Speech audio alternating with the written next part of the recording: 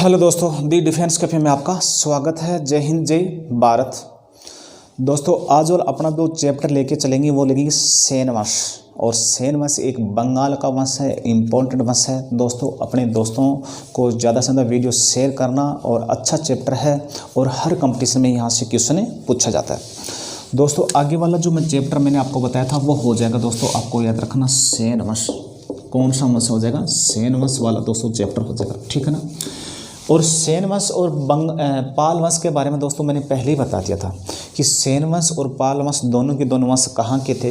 तो मैंने आपको पहले बता दिया था कि भाई ये दोनों के दोनों वंश कहाँ के थे। तो दोस्तों बता देना, ये दोनों के दोनों वंश बंगाल के थे। कहाँ के वंश थे? तो दोनों के दोनों वंश दोस्तों बंगाल के थे। और बंगाल को प्राचीन काल में क्या कहते हैं दोस्तों? गौड़ कहते थे, ठीक है।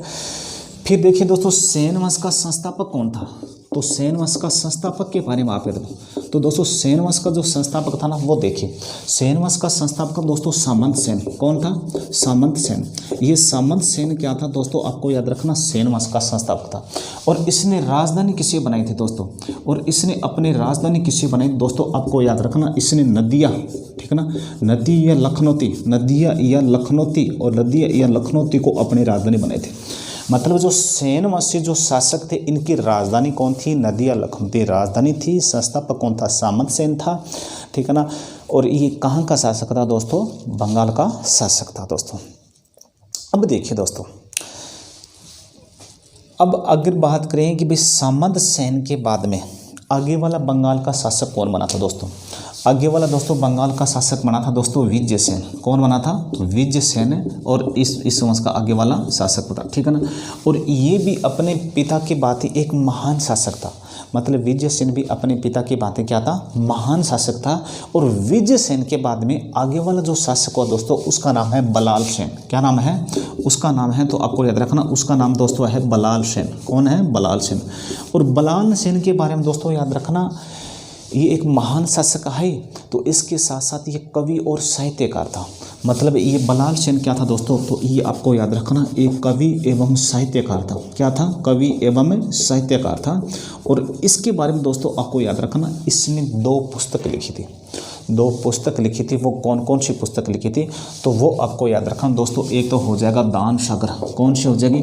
एक तो दान सागर नामक पुस्तक, ठीक है ना। और दूसरी दोस्तों कौन सी हो जाएगी? दूसरी हो जाएगी अद्भुत सागर नाम। मतलब इसने 2 पुस्तक लिखी थी, एक तो लिखी थी दान सागर और दूसरी कौन सी लिखी थी? अद्भुत सागर। ये 2 पुस्तक किसने लिखी थी? तो दोस्तों आपको याद रखना, बलाल सेन ने लिखी थी। अच्छे पॉइंट है दोस्तों। और यहाँ से कई बार जो कंपटीशन से क्वेश्चन पूछे गए हैं कि बलाल सेन, इनकी रचना कौन कौन सी है? दान सागर और अद्भुत सागर। लेकिन दोस्तों इससे सेन वंश का जो सबसे जो महान शासक हुआ था वो हुआ था लक्ष्मण सेन। मतलब सेन वंश का जो सबसे महान शासक, ठीक है ना, ये जो लक्ष्मण सेन है दोस्तों। तो दोस्तों आपको याद रखना कि जो लक्ष्मण सेन है, और लक्ष्मण सेन के बारे में दोस्तों आपको याद रखना, ये सेन वंश का सबसे महानतम शासक था। मतलब ये सेन वंश का दोस्तों आपको याद रखना सबसे महानतम, ठीक है ना। सेन वंश का सबसे महानतम शासक कौन था? तो दोस्तों आपको याद रखना, सेन वंश का जो सबसे महानतम शासक था ये लक्ष्मण सेन था। लक्ष्मण सेन सेन वंश का सबसे महान शासक था दोस्तों। और इसी के समय और सेन वंश का जो राज्य विस्तार है वो सबसे ज़्यादा हुआ था। पूरे बंगाल, उड़ीसा, बिहार तक इनका राज्य विस्तार हुआ था, ठीक है ना। और इसी लक्ष्मण सेन के दरबार में दोस्तों एक कवि एवं साहित्यकार रहता था, और उसका नाम था जयदेव। उसका क्या नाम था? ये जयदेव। ये जयदेव इनके दरबार में रहता था दोस्तों।